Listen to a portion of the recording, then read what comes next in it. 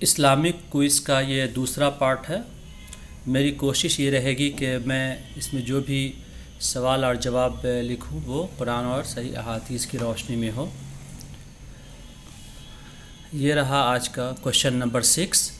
آپ صلی اللہ علیہ وسلم کے پاس اکثر حضرت جبرائیل علیہ السلام کن صحابی کی شکل میں آتے تھے؟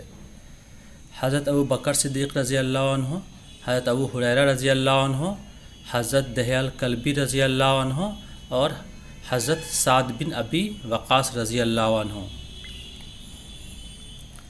تو اس کا صحیح جواب ہے حضرت دحیہ کلبی رضی اللہ عنہ۔ ابو عثمان مہدی نے بیان کیا، یہ صحیح بخاری کی حدیث نمبر 4980 ہے، چیپٹر 67۔ ابو عثمان مہدی نے بیان کیا کہ مجھے معلوم ہوا ہے کہ جبرائیل علیہ السلام نبی کریم صلی اللہ علیہ وسلم کے پاس آئے اور آپ صلی اللہ علیہ وسلم سے بات کرنے لگے۔ اس وقت ام المؤمنین ام سلمہ رضی اللہ عنہا آپ کے پاس موجود تھیں۔ نبی کریم صلی اللہ علیہ وسلم نے ان سے پوچھا کہ جانتی ہو یہ کون ہے؟ یا اسی طرح کے الفاظ آپ صلی اللہ علیہ وسلم نے فرمائے۔ ام المؤمنین نے کہا کہ دحیہ کلبی ہیں۔ جب آپ صلی اللہ علیہ وسلم کھڑے ہوئے، ام سلمہ رضی اللہ عنہ نے بیان کیا، اللہ کی قسم اس وقت تک بھی میں انہیں دحیہ کلبی سمجھتی رہی۔ آخر جب میں نے نبی کریم صلی اللہ علیہ وسلم کا خطبہ سنا جس میں آپ صلی اللہ علیہ وسلم نے جبرائیل علیہ السلام کے آنے کی خبر سنائی، تب مجھے حال معلوم ہوا، یا اس طرح کے الفاظ بیان کیے۔ Question number 7۔ سورہ فاتحہ کے بارے میں آپ لوگوں کو بتانا ہے کہ اس کے جو احادیث میں الگ الگ نام دیے گئے ہیں، نام بتائے گئے ہیں، تو اس میں سے نیچے دیے گئے آپشنس میں سے کون اس کا نام نہیں ہے؟ نمبر 1 سورہ شفا، 2 فاتحۃ الکتاب، 3 زینت القرآن اور چوتھا ام الکتاب یا ام القرآن۔ تو اس کا صحیح جواب ہے زینت القرآن۔ سورہ فاتحہ کا نام جو ہے زینت القرآن نہیں ہے۔ سورہ فاتحہ کے احادیث میں الگ الگ مختلف ناموں سے اسے بتایا گیا ہے، جیسے سورہ الحمد، الصلاح، ام الکتاب، ام القرآن، سبع مثانی۔ ترمذی حدیث نمبر 3124، حضور صلی اللہ علیہ وسلم نے فرمایا سورہ الحمدللہ ام القرآن ہے، ام الکتاب ہے اور السبع المثانی ہے۔ Question number 8۔ نبی صلی اللہ علیہ وسلم نے کس نبی کے روزہ کو سب سے افضل قرار دیا ہے؟ اور آپشنس ہیں حضرت موسیٰ علیہ السلام، حضرت داؤد علیہ السلام، حضرت عیسیٰ علیہ السلام، حضرت ہارون علیہ السلام۔ تو اس کا صحیح جواب ہے آپشن 2 حضرت داؤد علیہ السلام۔ اس سلسلے میں صحیح بخاری حدیث نمبر 1976 1976 چیپٹر 31۔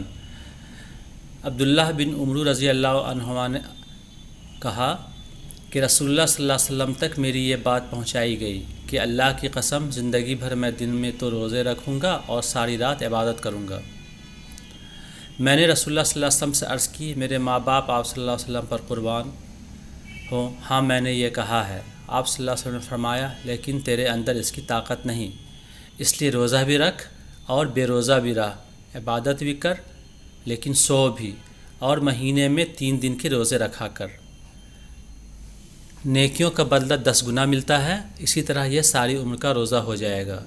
میں نے کہا کہ میں اس سے بھی زیادہ کی طاقت رکھتا ہوں۔ آپ صلی اللہ علیہ وسلم نے فرمایا کہ پھر 1 دن روزہ رکھا کر اور 2 دن کے لیے روزے چھوڑ دیا کر۔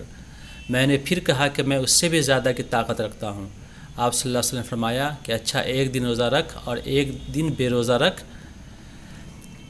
کہ داؤد علیہ السلام کا روزہ ایسا ہی تھا اور روزہ کا یہ سب سے افضل طریقہ ہے۔ میں نے اب بھی وہی کہا کہ مجھے اس سے بھی زیادہ کی طاقت ہے، لیکن اس مرتبہ آپ صلی اللہ علیہ وسلم نے فرمایا کہ اس سے افضل کوئی روزہ نہیں ہے۔ یہ نفلی روزہ کے سلسلے میں یہ بات کہی گئی ہے۔ Question number 9۔ سورہ فاتحہ میں اللہ سبحانہ وتعالیٰ کے کون کون سے اسماء الحسنہ کا ذکر ہوا ہے؟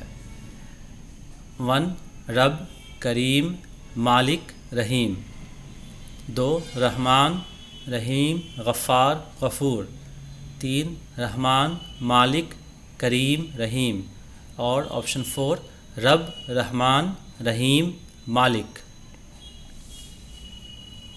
تو اس کا آپشن 4 ہے آنسر رب رحمان رحیم مالک۔